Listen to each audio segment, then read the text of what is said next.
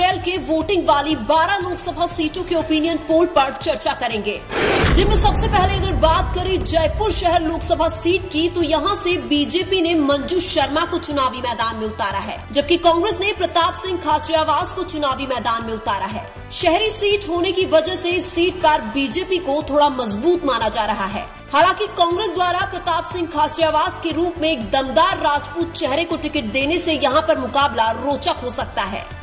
इसके बाद अगर बात करें झुंझुनू लोकसभा सीट की, तो यहां से बीजेपी ने शुभकरण चौधरी को चुनावी मैदान में उतारा है, जबकि कांग्रेस ने बृजेंद्र ओला को चुनावी मैदान में उतारा है। कांग्रेस के बृजेंद्र ओला लगातार 4 बार विधायक बन चुके हैं, जबकि बीजेपी के शुभकरण चौधरी 2023 का विधानसभा चुनाव भी हार चुके हैं। पिछले 3 लोकसभा चुनावों से बीजेपी यहां पर उम्मीदवार चेंज कर रही है। इस सीट पर हमेशा से ओला परिवार का दबदबा रहा है। बृजेंद्र ओला के पिता श्रीश्याम ओला इस सीट पर 1996 से 2009 तक लगातार सांसद रहे थे।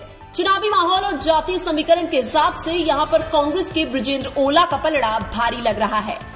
इसके बाद अगर बात करें बीकानेर लोकसभा सीट की, तो यहां से बीजेपी ने अर्जुन राम मेघवाल को चुनावी मैदान में उतारा है, जबकि कांग्रेस ने गोविंद राम मेघवाल को चुनावी मैदान में उतारा है। पहले इस सीट पर केंद्रीय मंत्री अर्जुन राम मेघवाल को मजबूत माना जा रहा था, लेकिन कांग्रेस ने यहां पर बागी हुए जाट नेताओं को अपने साथ कर लिया है। इसलिए एससी और जाट वोटर्स बीकानेर में कांग्रेस की तरफ वोटिंग कर सकते हैं। इसलिए चुनावी माहौल और जातीय समीकरण के हिसाब से यहां पर कांग्रेस बीजेपी में कांटे की टक्कर देखने को मिल सकती है।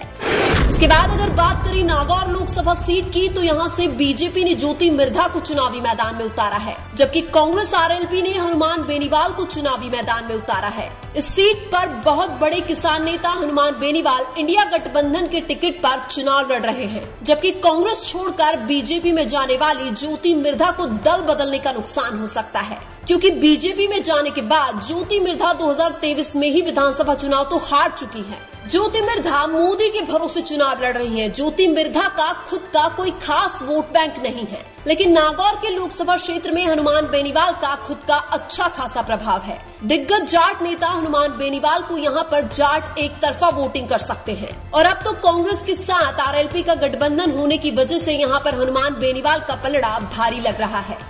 इसके बाद अगर बात करें चूरू लोकसभा सीट की, तो यहां से बीजेपी ने देवेंद्र झाझड़िया को चुनावी मैदान में उतारा है, जबकि कांग्रेस ने राहुल कस्वा को चुनावी मैदान में उतारा है। इस सीट पर चुनावी माहौल बाकी सीटों की तुलना में बिल्कुल अलग है। यहाँ पर ऐसा लग ही नहीं रहा है कि बीजेपी के टिकट पर देवेंद्र झाझड़िया चुनाव लड़ रहे हैं। यहाँ तो ऐसा लग रहा है जैसे बीजेपी के टिकट पर राजेंद्र राठौड़ चुनाव लड़ रहे हो, क्योंकि राहुल कस्वा चुनावी सभाओं में देवेंद्र झाझड़िया को नहीं बल्कि राजेंद्र राठौड़ को टारगेट कर रहे हैं। उधर राजेंद्र राठौड़ भी चूरू में कांग्रेस के राहुल कस्वा को टारगेट करते हुए बीजेपी को जिताने के लिए जी जान लगा रहे हैं। इस सीट पर परिस्थितियां ऐसी बन चुकी है कि यहाँ पर जाट वर्सेस राजपूत का चुनाव बना दिया है, और इसीलिए जाट बाहुल्य वाली चूरू लोकसभा सीट पर कांग्रेस के राहुल कस्वा का पलड़ा भारी लग रहा है। इसके बाद अगर बात करें सीकर लोकसभा सीट की, तो यहाँ से बीजेपी ने सुमेधानंद सरस्वती को चुनावी मैदान में उतारा है, जबकि कांग्रेस सीपीआई ने अमराराम को चुनावी मैदान में उतारा है। यहाँ पर कांग्रेस पार्टी ने अच्छी स्थिति में होने के बावजूद कम्युनिस्ट पार्टी ऑफ इंडिया से गठबंधन किया है। सीकर लोकसभा क्षेत्र कांग्रेस प्रदेश अध्यक्ष गोविंद सिंह डोटासरा का इलाका है, लेकिन कांग्रेस हर हाल में सीकर की लोकसभा सीट जीतना चाहती है। अब गठबंधन होने की वजह से यहाँ पर इंडिया गठबंधन के अमराराम का पलड़ा भारी लग रहा है। इसके बाद अगर बात करें श्रीगंगानगर लोकसभा सीट की, तो यहाँ से बीजेपी ने प्रियंका बैलान को चुनावी मैदान में उतारा है, जबकि कांग्रेस ने कुलदीप इंदौरा को चुनावी मैदान में उतारा है। कांग्रेस यहाँ पर बीजेपी की प्रियंका बैलान को जनरल कैटेगरी की बहू होने का मुद्दा जोर शोर से उठा रही है। कांग्रेस ये दावा कर रही है कि एससी की रिजर्व सीट पर भी बीजेपी जनरल प्रत्याशी का कब्जा करवाना चाहती है। हालांकि फिर भी यहाँ पर कांग्रेस बीजेपी में कांटे की टक्कर देखने को मिल सकती है। इसके बाद अगर बात करें जयपुर ग्रामीण लोकसभा सीट की, तो यहाँ से बीजेपी ने राव राजेंद्र सिंह को चुनावी मैदान में उतारा है, जबकि कांग्रेस ने अनिल चोपड़ा को चुनावी मैदान में उतारा है। यहाँ पर सचिन पायलट कांग्रेस को चुनाव जिताने के लिए जी जान से लगे हुए हैं। वहीं कांग्रेस के टिकट पर सांसद बन चुके लालचंद कटारिया बीजेपी में शामिल होकर राव राजेंद्र का सहयोग कर रहे हैं। लेकिन जयपुर के ग्रामीण इलाके में कांग्रेस का एक तरफा माहौल देखने को मिल रहा है, इसलिए जयपुर ग्रामीण से कांग्रेस के अनिल चोपड़ा का पलड़ा भारी लग रहा है। इसके बाद अगर बात करें भरतपुर लोकसभा सीट की, तो यहाँ से बीजेपी ने रामस्वरूप कोली को चुनावी मैदान में उतारा है, जबकि कांग्रेस ने संजना जाटव को चुनावी मैदान में उतारा है। इस सीट पर भी सचिन पायलट कांग्रेस को चुनाव जिताने के लिए पूरी ताकत लगा रहे हैं। वहीं दूसरी तरफ जाट बाहुल्य वाली भरतपुर लोकसभा सीट पर जाट भी कांग्रेस की तरफ झुक सकते हैं, इसलिए यहाँ पर कांग्रेस की संजना जाटव का पलड़ा भारी लग रहा है। इसके बाद अगर बात करें करौली धौलपुर लोकसभा सीट की, तो यहाँ से बीजेपी ने इंदू देवी जाटव को चुनावी मैदान में उतारा है, जबकि कांग्रेस ने भजनलाल जाटव को चुनावी मैदान में उतारा है। ये सीट एससी की रिजर्व सीट है, लेकिन यहाँ एसटी के मीणा वोटर्स का भी अच्छा खासा प्रभाव देखने को मिलता है। वहीं सचिन पायलट की वजह से गुर्जर वोटर्स भी कांग्रेस को वोट कर सकते हैं। करौली धौलपुर में कांग्रेस पार्टी विधानसभा चुनाव में भी बीजेपी से बहुत आगे थी, इसलिए ये माना जा रहा है कि यहाँ पर कांग्रेस के भजनलाल जाटव का पलड़ा भारी लग रहा है।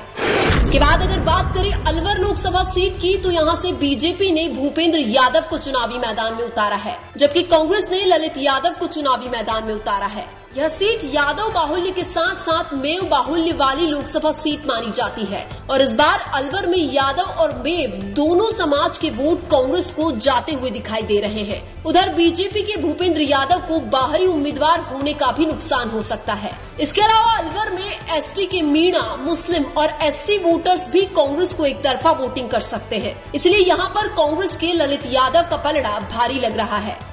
इसके बाद अगर बात करें दौसा लोकसभा सीट की, तो यहाँ से बीजेपी ने कन्हैयालाल मीणा को चुनावी मैदान में उतारा है, जबकि कांग्रेस ने मुरारीलाल मीणा को चुनावी मैदान में उतारा है। इस सीट पर बीजेपी की तरफ से डॉक्टर किरोड़ीलाल मीणा पूरी ताकत के साथ कन्हैयालाल को जिताने में लगे हुए हैं। वहीं कांग्रेस की तरफ से सचिन पायलट भी पूरी ताकत के साथ मुरारीलाल मीणा को जिताने में लगे हुए हैं। किरोड़ीलाल तो यह भी कह चुके हैं कि अगर दौसा से कन्हैयालाल नहीं जीते तो मैं मंत्री पद से इस्तीफा दे दूंगा। दौसा में बीजेपी की चुनावी सभाओं में भीड़ इकट्ठी नहीं हो रही है, लेकिन वर्तमान परिस्थितियों में किरोड़ीलाल मीणा को भी जनता का ज्यादा समर्थन नहीं मिल रहा है, क्योंकि जिस मीणा समुदाय से किरोड़ीलाल आते हैं वो मीणा समुदाय इस बार कांग्रेस को एक तरफा वोट देने का मूड बना चुका है। इसलिए दौसा में कांग्रेस के मुरारीलाल मीणा वर्तमान परिस्थितियों में बहुत आगे चल रहे हैं। यानी कि राजस्थान में पहले चरण की 12 लोकसभा सीटों पर कांग्रेस पार्टी का पलड़ा भारी लग रहा है। लेकिन आपके अनुसार राजस्थान में पहले चरण की 12 सीटों में कांग्रेस बीजेपी कितनी सीट जीत सकती है, कमेंट करके जरूर बताइए। वीडियो अच्छा लगा तो लाइक कीजिए और हमारे चैनल मीणा की आवाज को सब्सक्राइब कीजिए। धन्यवाद।